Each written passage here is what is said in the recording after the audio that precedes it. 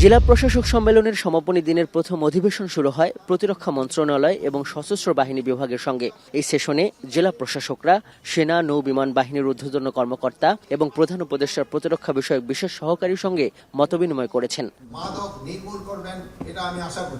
এই অধিবেশন শেষ করে প্রধান উপদেষ্টার বিশেষ সহকারী জানান, লুট হওয়া ১,৪০০ অস্ত্র এবং ২.৫ লাখ বুলেট এখনো উদ্ধার করা যায়নি। এসব অস্ত্র উদ্ধার সহ দুর্গম অঞ্চলের সন্ত্রাস দমনে বিশেষ অভিযান পরিচালনা করা হবে। এখানে তিনি কথা বলেন পার্বত্য অঞ্চলে কুকি চীনের সন্ত্রাস, যুবকদের সর্বজনীন সামরিক প্রশিক্ষণ এবং পতিত স্বৈরাচারের দোসরদের সংগঠিত হওয়ার ব্যাপারে। ২.৫ লক্ষ বিভিন্ন বোরের গুলি এখনো উদ্ধার হয়নি। সেগুলো তাদের জেলাতে কোনো না কোনো জায়গায় আছে। সেগুলো সন্ত্রাসীদের হাতে পড়তে পারে এবং তারা ব্যবহার করতে পারে। স্বৈরাচার এবং তাদের দোষ জায়গায় সংগঠিত হচ্ছে এবং কর্মসূচি দিচ্ছে এবং তারা দেশকে একটা অরাজকতার দিকে নিয়ে যেতে পারে। জেলা প্রশাসক সম্মেলনে বিশেষ অভিযান নিয়ে কথা বলেন স্বরাষ্ট্র উপদেষ্টাও। বলেন, যতদিন ডেভিল থাকবে ততদিন ডেভিল হান্ট চলবে। আইন শৃঙ্খলা উন্নতির জন্যই তো আমরা এই যে একটা অপারেশন চালাচ্ছি ডেভিল হান্ট। দেশ থেকে দুর্নীতি কমাতে হবে। দুর্নীতির সমূলে বিনষ্ট না করতে পারলে দেশের অগ্রগতি হবে না। এটা হলো আমাদের সবচেয়ে বড় সমস্যা, হলো দুর্নীতি।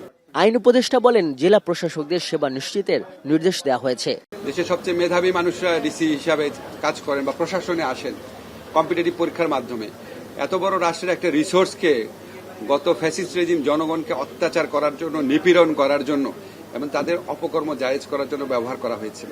তো আমার ওনাদের সাথে ইন্টারাকশন সে শুধু মনে হয় যে এটাকে আমরা যদি পজিটিভলি কাজে লাগাই, জনগণের সেবা করার জন্য, দেশের আইন শৃঙ্খলা পরিস্থিতি রক্ষা করার জন্য, ভূমি ব্যবস্থাপনার জন্য, স্বাস্থ্য শিক্ষা সেবা প্রদান করার জন্য ওই ক্যাপাবিলিটি ওনাদের আছে।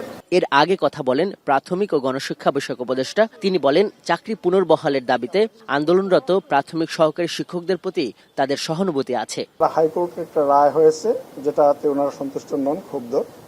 আমরা আপিল করেছি এবং আমরা আপিলে লড়ছি। আমরা দেখব যে কোর্ট কি বলেন। আর যেহেতু এটা কোর্টে একটা বিচারাধীন বিষয়, সেই ক্ষেত্রে আমাদের প্রশাসনিকভাবে আলাদাভাবে কোনো উদ্যোগ নেওয়ার সুযোগ নেই।